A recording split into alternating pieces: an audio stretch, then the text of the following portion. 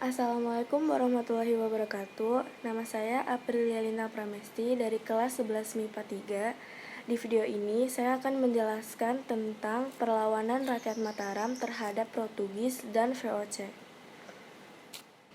Sultan Agung adalah raja yang paling terkenal dari kerajaan Mataram. Pada masa pemerintahan Sultan Agung, Mataram mencapai zaman keemasan. Cita-cita Sultan Agung antara lain, yang pertama, mempersatukan seluruh tanah Jawa. Dan yang kedua, mengusir kekuasaan asing dari bumi Nusantara.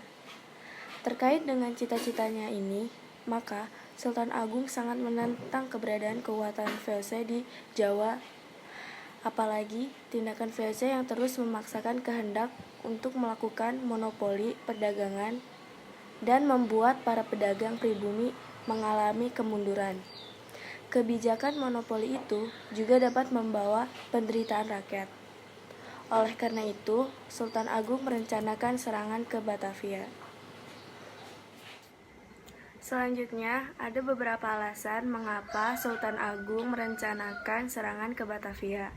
Yang pertama, tindakan monopoli yang dilakukan oleh VOC. Yang kedua, VOC sering menghalang-halangi kapal-kapal dagang Mataram yang akan berdagang ke Malaka. Ketiga, VOC menolak untuk mengakui kedaulatan Mataram.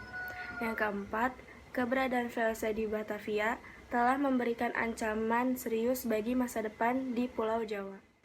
Sultan Agung mengadakan serangan ke Batavia sebanyak 2 kali, yaitu pada tahun 1628 dan 1629. Serangan pertama pada tahun 1628 terbagi 2 gelombang. Gelombang pertama yang dipimpin oleh Tumenggung Bahurekso dengan membangun kubu-kubu pertahanan di dekat rumah-rumah penduduk di sekitar Batavia. Namun, tindakan tersebut diketahui oleh VOC, sehingga VOC kemudian menyerang dan membakar kampung-kampung yang terdapat pasukan Mataram, dan banyak jatuh korban di pihak Mataram, termasuk Tumenggung Bahurekso. Kemudian gelombang kedua dipimpin oleh Adipati Uposonto, Suro Agul-Agul, dan Mandurejo.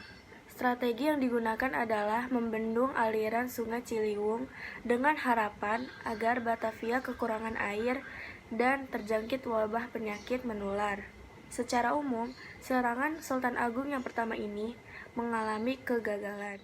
Selanjutnya, pada tahun 1629, Mataram melakukan serangan untuk kedua kalinya di bawah pimpinan Dipati Puger dan Dipati Prubaya.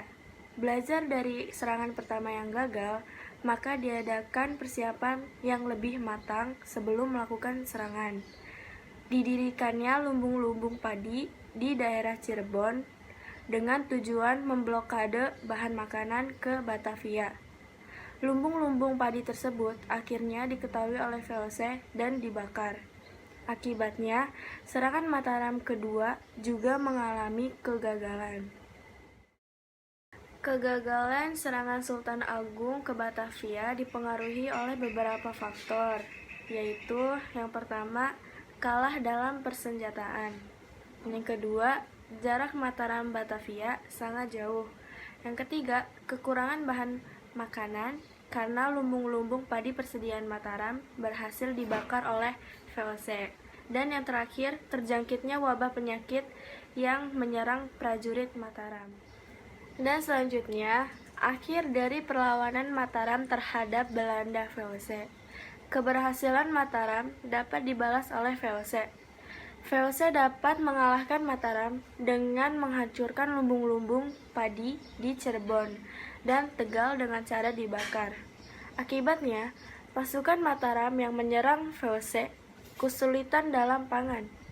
Selain itu juga jarak antara Yogyakarta dengan Batavia sangat jauh. Dan kalahnya persenjataan dan penyakit malaria menjadi alasan kekalahan Mataram dalam menghadapi VOC. Kegagalan yang kedua kalinya ini tidak membuat Sultan Agung merasa putus asa, malah membuat Sultan Agung mempunyai keinginan membuat penyerangan yang ketiga. Namun, hal tersebut tidak terwujud, karena pada tahun 1645, Sultan Agung meninggal dunia.